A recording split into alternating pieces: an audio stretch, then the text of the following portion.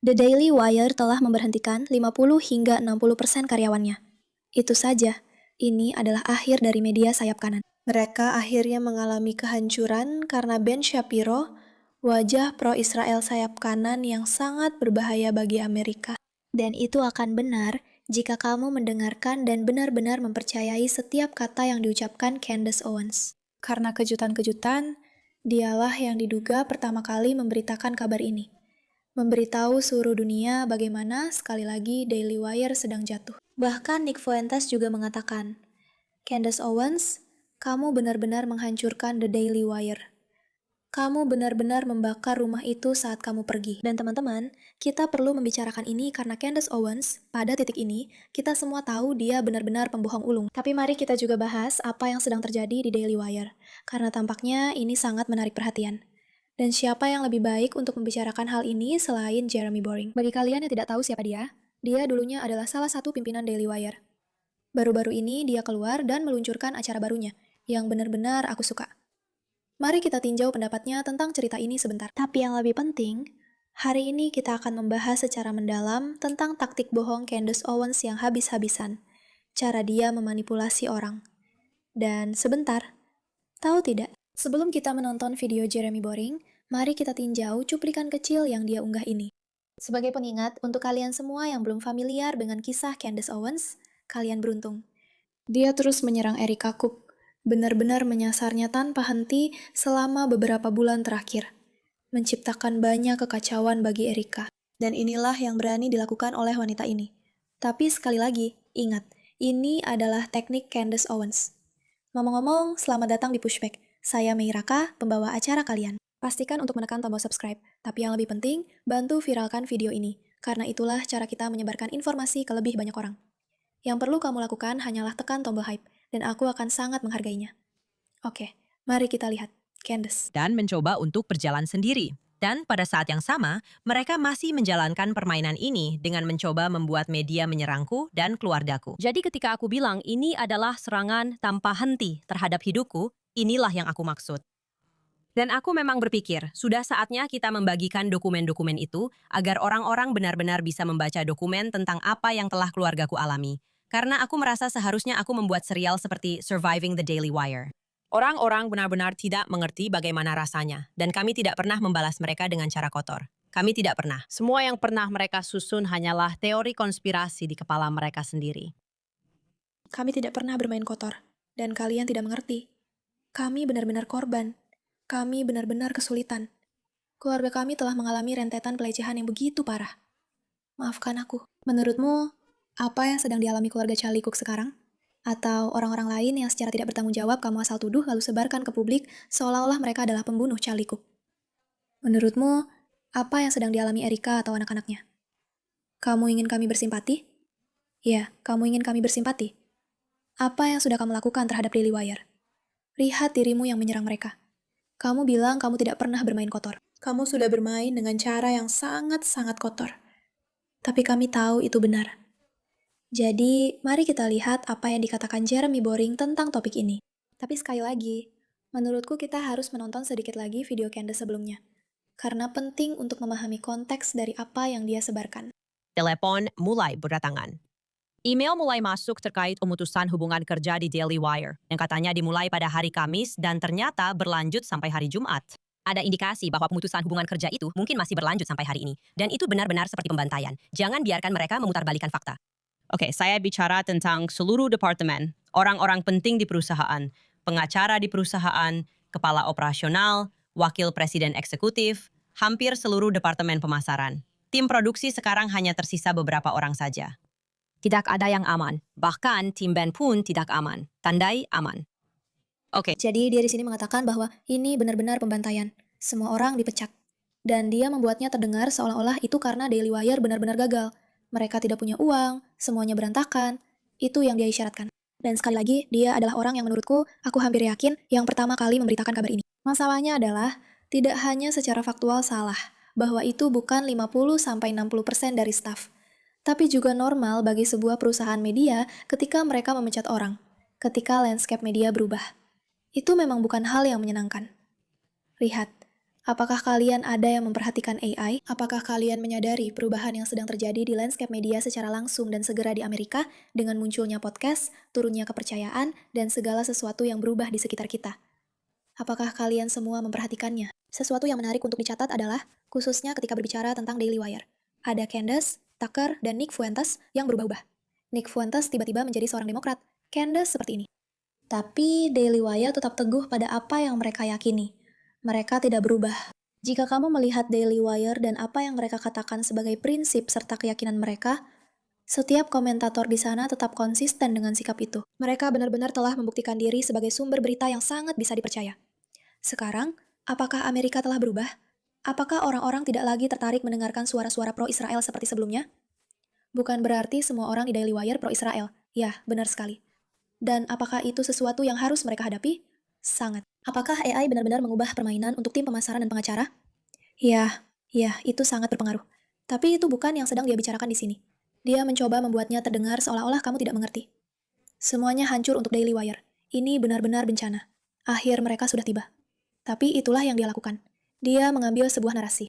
Dia mengambil sebuah informasi yang sebenarnya adalah fakta yang jelas, lalu membesar-besarkan dan mengubahnya agar sesuai dengan agendanya. Bukan soal ini adalah hal yang menyedihkan karena rekan-rekan kerjanya yang dulu, yang bertubuh gemuk, dipecat dari sebuah perusahaan karena ekonomi dan situasinya sedang berubah. Saudaraku, Daily Wire sedang runtuh.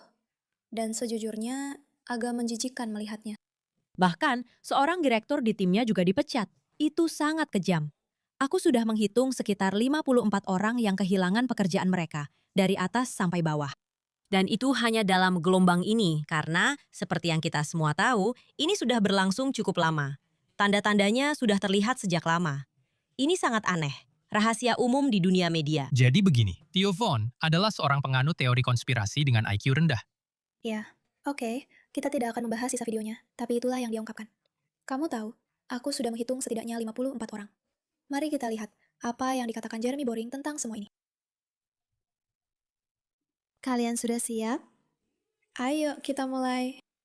Minggu lalu, muncul berita bahwa Daily Wire, perusahaan yang saya dirikan 11 tahun lalu bersama Ben Shapiro dan Caleb Robinson, memberhentikan sejumlah karyawan. Sebenarnya, berita yang muncul adalah bahwa mereka memberhentikan lebih dari 50% tenaga kerjanya. Dan orang yang pertama memberitakan kabar itu adalah mantan pembawa acara Daily Wire, Candace Owens. Candace kemudian mengubah laporannya dengan mengatakan, kutip, "Saya dengar jumlahnya sekitar 60%. Benar-benar PHK besar-besaran." Pemimpin redaksi Daily Wire, Brent Shore, membuat pernyataan pada hari itu juga yang menantang laporan Candace. Dia berkata, ya, perusahaan memang melakukan PHK hari ini. Itu selalu sangat sulit. Tidak, jumlahnya sama sekali tidak mendekati 50% dari perusahaan. Itu gila, dan juga gila untuk diposting tanpa memverifikasi. Sekarang, saya tidak lagi menjadi bagian aktif dari Daily Wire. Saya juga tidak berkomunikasi secara rutin dengan siapapun di perusahaan dalam kapasitas resmi apapun. Meski begitu, saya masih mengenal banyak orang di perusahaan. Banyak di antaranya yang saya rekrut secara pribadi, dan banyak juga yang terkena PHK. Jadi, secara umum, saya cukup paham tentang cerita ini. Bagi saya, mudah untuk membedakan antara fakta dan fiksi. Ya, saya bisa bilang bahwa Jeremy Boring cukup tahu banyak tentang bagaimana Daily Wire beroperasi. Bukankah kamu juga akan bilang, mungkin dia bahkan lebih tahu daripada Candace? Itu memberi saya keuntungan besar dibandingkan kebanyakan orang di internet yang mencoba memahami laporan-laporan yang saling bertentangan. Menurut beberapa sumber dari dalam maupun luar perusahaan, sepertinya kurang dari 50 orang yang diberhentikan. Saya tidak bisa mengatakan dengan pasti berapa persentasenya dari total karyawan Daily Wire saat ini, tapi jumlahnya jelas tidak sampai 60%. Jumlahnya juga jelas tidak sampai 50%, atau bahkan 40%, atau bahkan 30%. Ketika saya keluar, sedikit lebih dari setahun yang lalu, kami memiliki sekitar 275 karyawan. Coba hitung sendiri. Misalkan jumlahnya 250. Berapa teman-teman? 50 orang dari 250. Ada yang bisa menghitungnya? Yang jelas, bukan 50. Beberapa orang diberhentikan tidak lama setelah saya pergi, tapi banyak juga yang telah dipekerjakan sejak itu, seperti yang bisa dengan mudah diketahui oleh siapapun yang mengikuti media konservatif secara online. Figur-figur seperti Isabel Brown, Matt Fradd, sampai Ben Dominic. Dan Daily Wire masih membuat film juga, mengungkap berita, memproduksi acara, dan melakukan apapun yang dilakukan Michael Knowles. Semua itu untuk mengatakan, peliputan Candace, sejauh bisa disebut peliputan, adalah pemberitaan palsu. Atau setidaknya peliputan yang keliru. Peliputan yang keliru bisa jadi judul autobiografi Candace. Tentu saja. Tidak, aku tidak akan menyebutnya keliru. Itu tidak adil. Itu peliputan yang sengaja menyesatkan. Sangat berbeda. Ketika beritanya adalah berapa banyak orang yang diberhentikan dari perusahaan media favorit atau yang paling tidak kamu sukai, pemberitaan palsu tampaknya tidak terlalu berdampak besar. Maksudku, tentu saja itu berdampak besar bagi setiap orang yang kehilangan pekerjaannya di Daily Wire minggu lalu. Dan ini juga berdampak secara pribadi bagiku. Banyak dari mereka yang terkena PHK adalah teman-temanku. Salah satunya sudah menjadi temanku selama 22 tahun. Tapi ini bukanlah hal yang sangat penting sebagai sebuah berita atau sangat berdampak bagi jutaan penggemar Candace selain memberi mereka kesan seolah-olah mereka menang. Aku bilang palsu karena baik perasaan mereka yang berlebihan terhadap jumlahnya maupun karena perasaan berlebihan itu membuat mereka terlalu yakin bahwa Daily Wire sudah tamat. Benar. Itu inti dari semuanya. Cara dia menyampaikannya seolah-olah, teman-teman lihat, kita berhasil menjatuhkan musuh jahat. Padahal sebenarnya tidak begitu. Dan menurutku, itu hal terpenting yang harus diingat, yaitu sangat menyedihkan dan disayangkan bahwa ada pemutusan hubungan kerja. Tapi dia berhasil mengambil cerita ini dan membuatnya terdengar seperti sesuatu yang sebenarnya tidak terjadi, memberikan audiensnya perasaan seolah-olah mereka menang. Ya, akhirnya ini berita terbaik yang pernah aku lihat, semacam itu. Tapi sebenarnya yang terjadi adalah sesuatu yang berbeda. Mereka sedang mengubah strategi dan apa yang mereka lakukan untuk konten, yang mana itu hal yang normal. Tidak begitu. Apa yang dilakukan cerita ini adalah menyoroti fenomena yang lebih luas tentang pemberitaan palsu yang meresap di ruang online. Ya, setiap hari kamu diberitahu hal-hal yang sebenarnya tidak benar. Dan semakin sulit untuk membedakan fakta dari fiksi di dunia online. Tidak pernah lebih mudah untuk mengenali kebohongan selain ketika itu tentang dirimu sendiri. Bagi figur publik, bahkan yang profilnya cukup kecil seperti saya, menjadi sasaran kebohongan sudah menjadi hal yang biasa. Ada bajingan di luar sana yang menjadikan seluruh usahanya untuk menanggapi setiap cerita tentang saya dengan menyiratkan bahwa saya memakai rambut palsu yang jelek. Padahal sebenarnya, saya punya transplantasi rambut yang luar biasa dari Bosley. Sangat saya rekomendasikan. Intinya begini.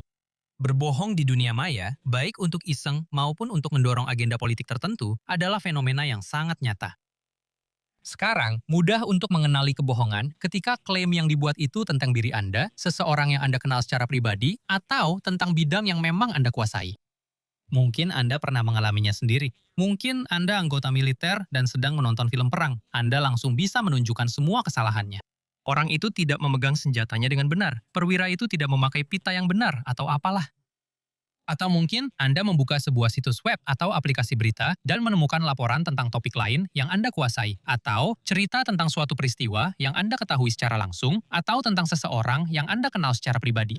Kesalahan dan pemberitaan keliru langsung terlihat jelas oleh Anda. Anda langsung tersadar. Dan untuk sesaat, Anda menyadari bahwa sebagian besar dari apa yang Anda baca di berita atau setidaknya di internet hanyalah omong kosong.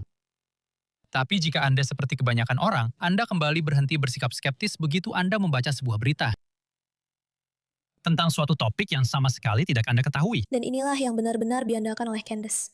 Dia mengandalkan kenyataan bahwa dia menganggap Anda tidak tahu apa-apa tentang apa yang sedang terjadi. Jadi, semua yang disajikan kepada Anda dibuat sensasional. Nah, ironi dari semua ini tentu saja adalah bahwa begitu banyak orang di luar sana sebenarnya hanya mencari sumber berita yang berfokus pada kebenaran. Mereka hanya ingin orang-orang yang bisa mereka percaya. Dan saya pikir itu adalah bagian besar dari apa yang sedang kami lakukan di sini. Ini hanya otentik dan jujur. Dan orang-orang menginginkan itu. Tapi dia tidak bisa menahan dirinya sendiri. Jadi, yang terjadi sebenarnya, salah satu alasan besar kenapa saya terjun ke bidang ini adalah karena saya, dulu, pernah bekerja dengan banyak persona seperti ini. Jadi, dengan sangat cepat, saat saya membaca berita, saya bisa melihat mana yang bohong, mana yang palsu, dan apa yang sebenarnya terjadi di balik layar. Tapi kebanyakan orang tidak punya kemampuan untuk mengenali ketika ada sesuatu yang tidak beres. Ketika saya melihat berita seperti Daily Wire memecat 50% stafnya dan sedang berantakan, saya tahu itu tidak benar. Karena saya punya pemahaman tentang bagaimana landscape media bekerja. Saya punya pemahaman tentang perkembangan dan perubahan yang sedang terjadi. Dan saya juga paham bagaimana Daily Wire itu sendiri beroperasi. Ini adalah sesuatu yang sangat kurang, dan orang-orang tidak memahaminya. Semakin Anda masuk ke dalam realitas online yang semakin rumit, kebutuhan orang untuk memiliki keahlian dan memahami apa yang mereka terapkan, serta mampu membongkar kebohongan dan memperhatikan kurangnya konsistensi menjadi semakin penting. Ini tidak pernah tentang apa yang sebenarnya keluar dari mulut Candace atau para podcaster pembohong ini. Ini tentang bagaimana mereka melakukannya.